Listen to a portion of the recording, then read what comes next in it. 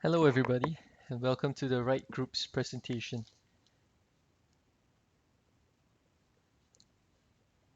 My group is going to talk to you about how aviation is going to change in the next 5 to 10 years. The purpose of our project is to research the projected industry growth over the next 5 to 10 years, while presenting evidence of change in both the long as well as the short term. Firstly, let me introduce some of my colleagues. First of all, I will be talking about the rising cost of fuel, the push for increased deregulation in the industry, as well as the rise in popularity of low-cost carriers. My colleague Kevin will be talking about the problem of having a worldwide pilot shortage, and Justin will be talking about the long and short-term examples of projected hiring. The rising cost of fuel. The high cost of fuel is probably the most obvious issue facing airlines today, and many of the airlines are actually imposing the fuel surcharges on their customers. The high costs are a factor for most industries, but fuel is an especially critical component for carriers. And in fact, for every dollar that the fuel price increases by, the airline can expect to lose up to $425 million. The higher ticket prices also mean that less people can afford to fly. Hence, more people are actually choosing to fly low-cost carriers rather than standard legacy long-haul carriers. And every time the price of oil goes up, airline stocks are expected to fall. For example, in Singapore Airlines, the cost of fuel is the number one challenge for them. Even though the airline is government controlled and doesn't face some of the challenges from the upstart regional low-cost airlines, this the rising cost of fuel still affects its analysts and investors, and investors are lose their confidence in long haul carriers in aviation industries, especially when fuel prices are going up. However, in uh, airlines such as British Airways and JetBlue, fuel is only one of many challenges. Even though fuel is at an all-time high, at the end of the day, their analysts have come to terms that it's simply something that they have to get to terms with, and it just becomes another variable that they have to deal with.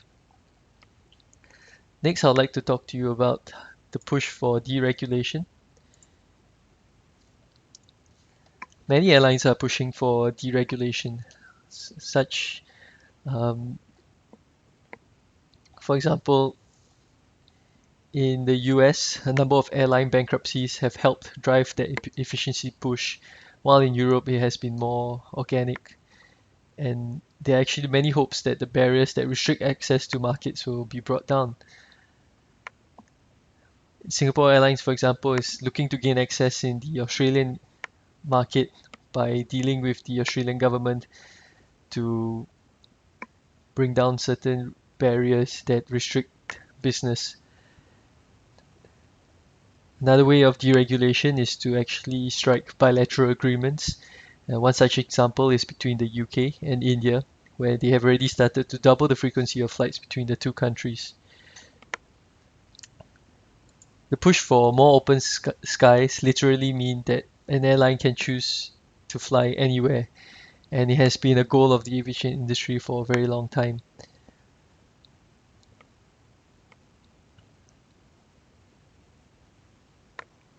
We can also expect more consolidation of airlines, as we have seen in Air France and KLM.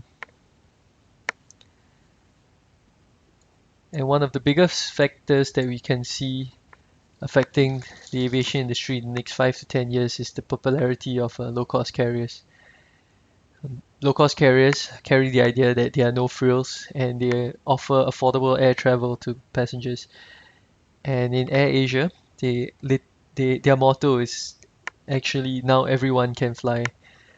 And low-cost carriers are actually gaining a huge market share um, in the aviation industry compared to legacy airlines. In fact, the low-cost carriers are also competing for the same destinations that long-haul carriers fly to. Personally, I'm a pilot for a low-cost carrier, and I do see the value for pilots especially, who are able to clock more regular hours compared to my counterparts in long-haul carriers. With that being said, I'd like to end my speech, and will hand over to Kevin, who will now talk to you about the problem of the shortages of pilots in the world. Thank you.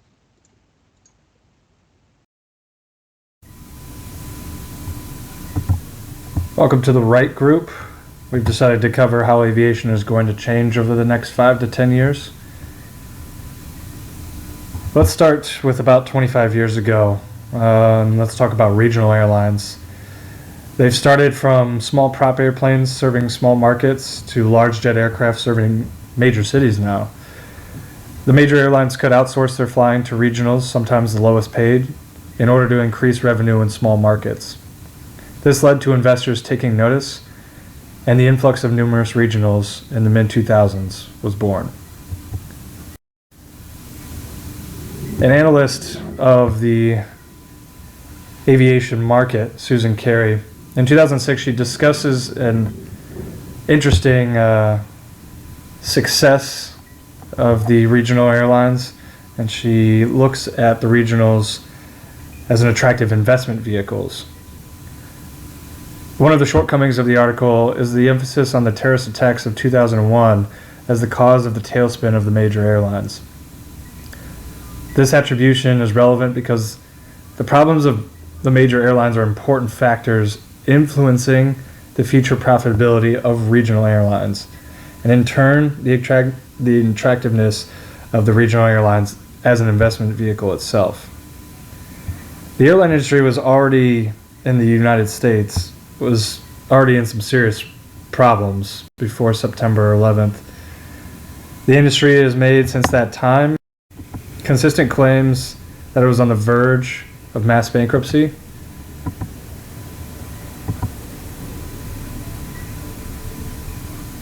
The major airlines, for the most part, were in precarious financing and operational straits, and competition remained high.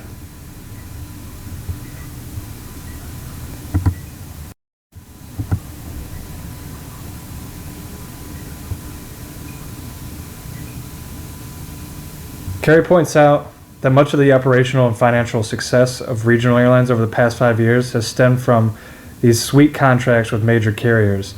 The major carriers can, in effect, subsidize the regional airlines to promote feeder traffic from locations that are not financially feasible for the major carriers to serve directly. Over the past 2 or 3 years, some major carriers have also used these arrangements to support labor management strategies designed to wring concessions from their own employees, lower labor costs,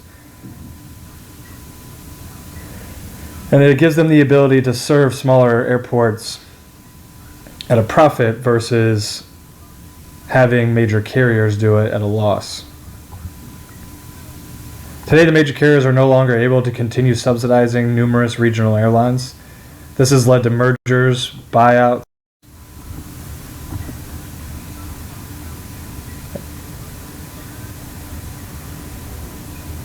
and in turn, the major carriers, as pointed out by Carey, are now willing to sacrifice even those regional airlines that have been mirror images of the major carriers. This shift from outsourced flying to numerous regional carriers in the past to having just 1 or 2 regional carriers cannot be attributed to just one reason. From buyouts and mergers to retirements and new rules governing crews set by the FAA, the industry is in a position to begin a contracting period.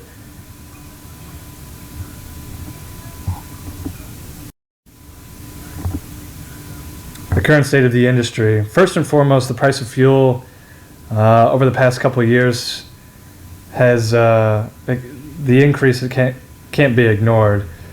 In an article by Thomas Wright, he's an aviation consultant. He brings to light how we got to this point. Points out high fuel prices will be the end of the 50-seat flying. So in 2000, when the market was full of 50-seaters serving smaller market, now they're no longer fuel efficient. He talks about how an influx of service to smaller cities and increased seat availability, it created more travel options for your business travelers. The only problem is now that these aircraft have aged, maintenance costs have increased, and this is just not going to be able to work with the increase of fuel. He goes on to say that major carriers such as Delta have made a move to replace their costly 50-seat RJs with more fuel efficient and profitable 76 to 90-seat CRJ 900s. And they also have a range of 70 to 76 seats with CRJ 700s. So basically they're taking 2 for 1. So they're getting replaced the 50 seats 2 to 1 with the new fuel efficient 900s. Unfortunately, we're shrinking their overall fleet of regional jets until eventually all of our CRJs have ceased operation.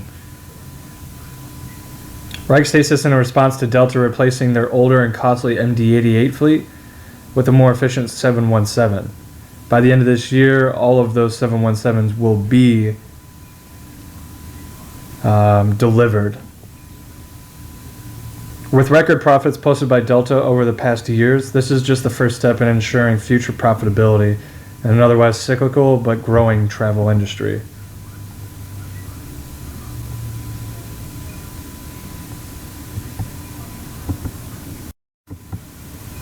Moving forward, the industry hasn't seen a shortage of pilots this severe since the 60s. This void was filled by qualified pilots joining the airlines after their tours in Vietnam. Gone are the days of max exodus of pilots from the military. More lucrative pay and benefits are keeping most military pilots from leaving. With the added 1,500-hour minimum requirement in order to be a first officer in the airlines and new duty and rest rules, airlines will be poaching qualified pilots from their subsidiaries, leaving them to scramble to fill their seats. So they've moved to consolidate.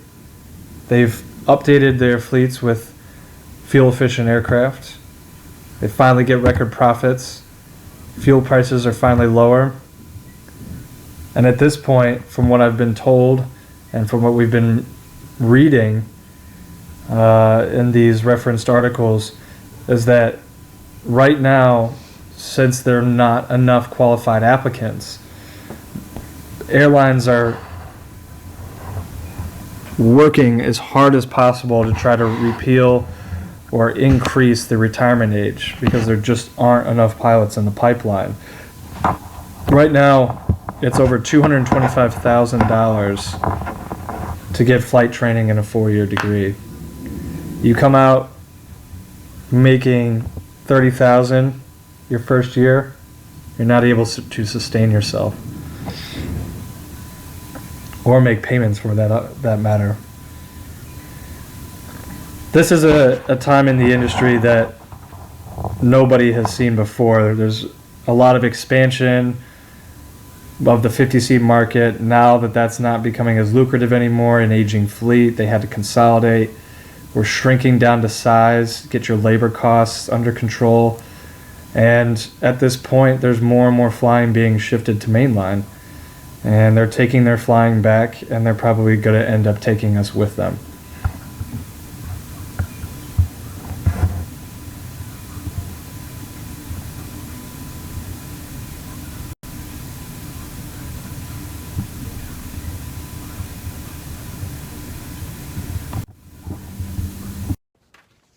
Thank you. Ladies and gentlemen,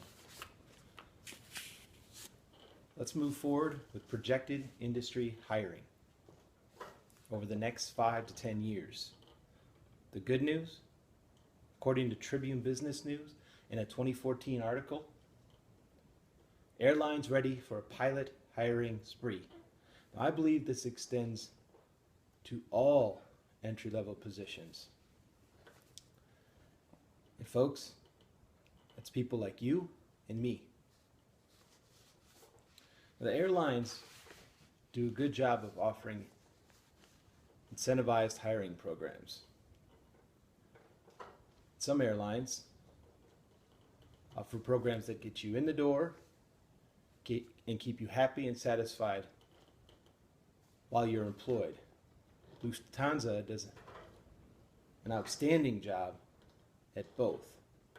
However, let's take a moment to recognize the industry's most recent tragedy and acknowledge the lives lost in the Alps. Indeed, there are rotten apples in every industry, which means standards must be kept high when hiring any airline employee. This applies to pilots, crews, mechanics, and of course, air traffic controllers. Safety is always first and foremost.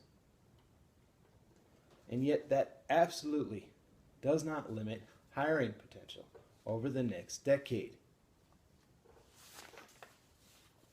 Another worry or concern in this digital age, how many jobs will be lost or phased out due to the increased use of automations? In my opinion, no amount of automation will keep the industry from hiring over the next 5 to 10 years. That concurs with what the Straits Times wrote in a 2013 article. The U.S. airline industry will need to hire 1,900 to 4,500 new pilots annually over the next 10 years due to an expected surge in retirements of pilots reaching age 65 and an ever-increasing demand for air travel. Doesn't get any better than this, folks. And the potential is highest amongst regional carriers.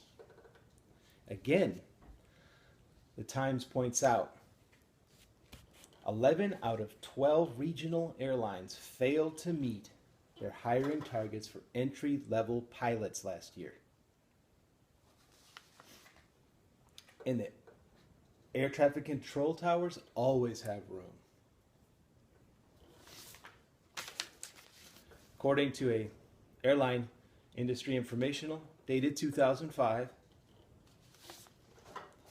the FAA stated a plan that includes hiring 12,500 controllers over the next 10 years to cover projected controller losses. Now, we've reached that point in time, but I don't see the hiring rate dropping.